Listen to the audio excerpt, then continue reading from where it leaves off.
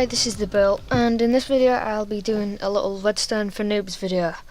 In case you haven't been really up to date on the whole Redstone thing, the point is, this is just for anybody who doesn't really understand Redstone.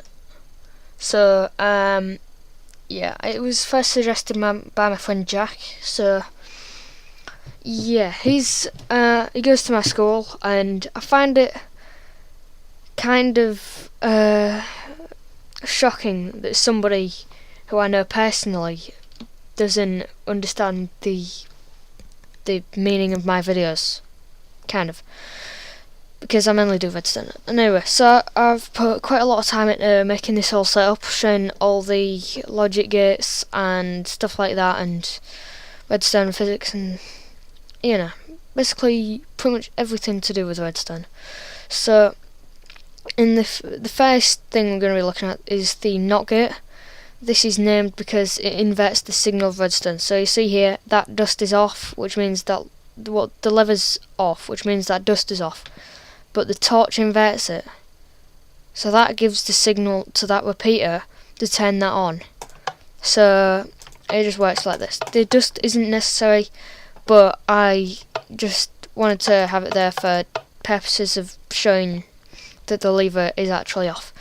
So the second thing I'm about to show is the AND gate. This is a slightly more complicated part of the logic gates that I'm gonna explain about. But basically what this does is this turns off this torch when this lever is activated, and it turns off this one as well when that was activated. So that turns off that dust if they're both activated, and then that enables that torch to be on. So basically this is like 2 inputs equals on, 1 input or 0 inputs equals off.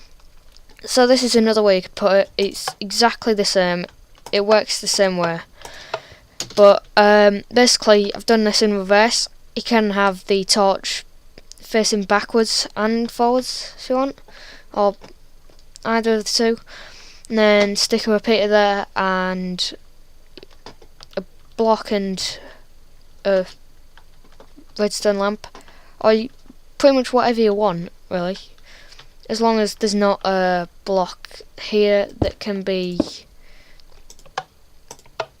wait, what? Oh, it's because the sign's there.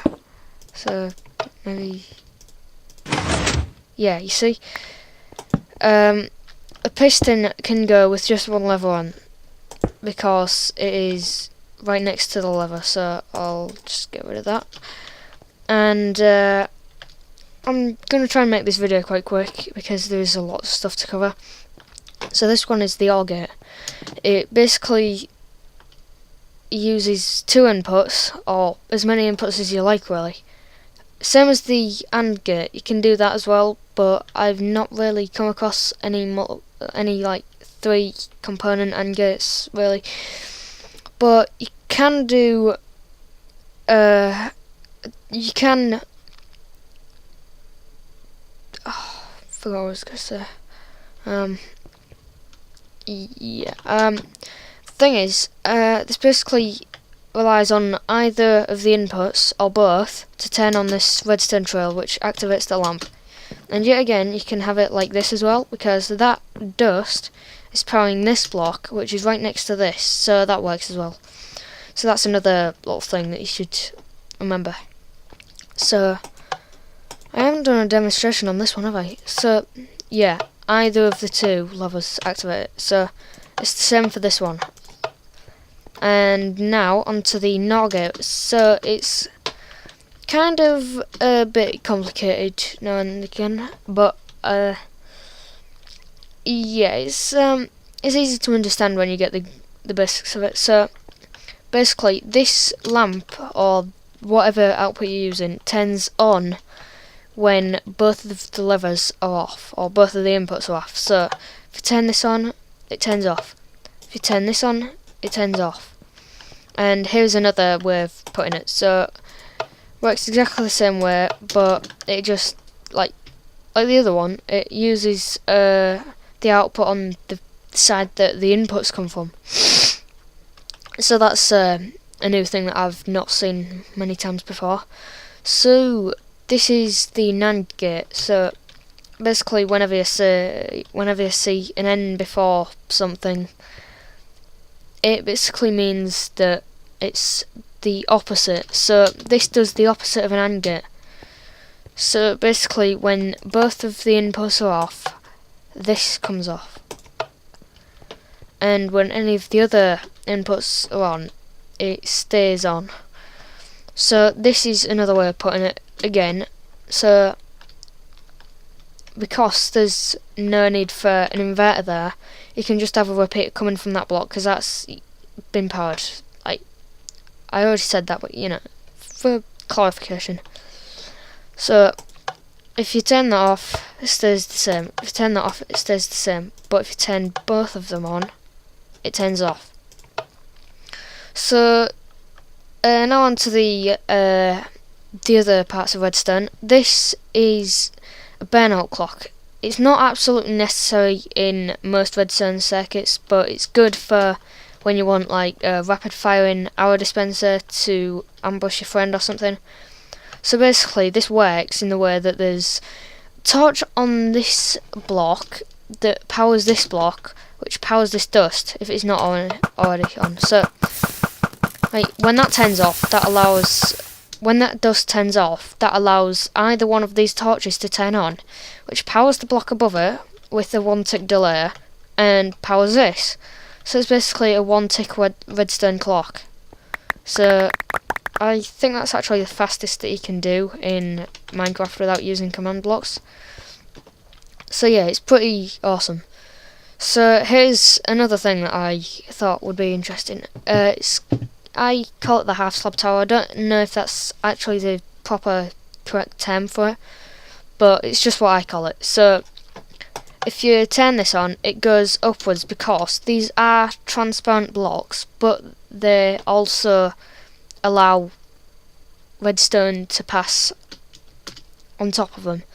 So that's very useful. It's just like glass. If you have a piece of redstone dust, I'm not going to actually use glass for this, but you know, if you say you have a piece of redstone dust there, a piece of redstone dust there, and you put a block there, they'd still connect. So it uses the same functions in glass and glowstone and stuff like that, but in glass you can't actually put redstone on top of it. So this is another thing that I wanted to show with about the half slab issue. When you power a block or anything, if you sit, what am I saying? If you power a block and that's got dust on top of a half slab connected to it, that will not go downwards onto any other type of block. So now I've got all that stuff covered, I decided to show you a couple of well,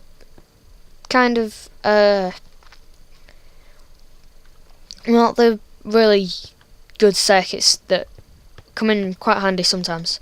So this one, don't know if I forgot to put the signs here or just deliberately not meant to put them there.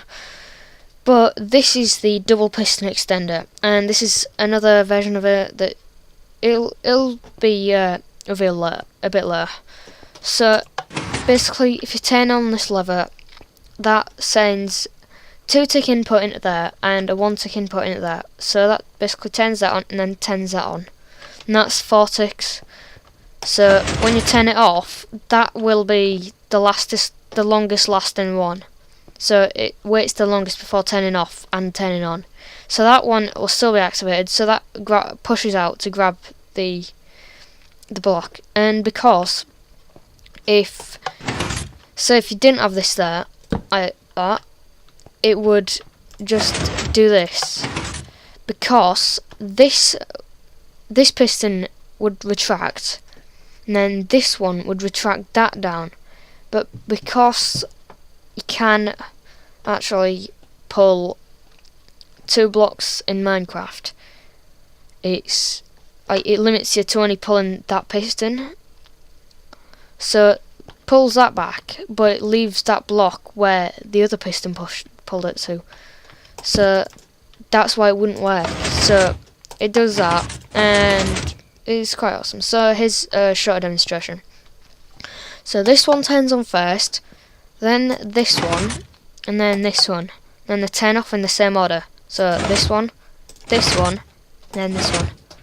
So I might do a world download for this world sometime, but if you enjoyed this video, please remember to like, comment and subscribe. But that is all from the build for now, and I'll see you all later.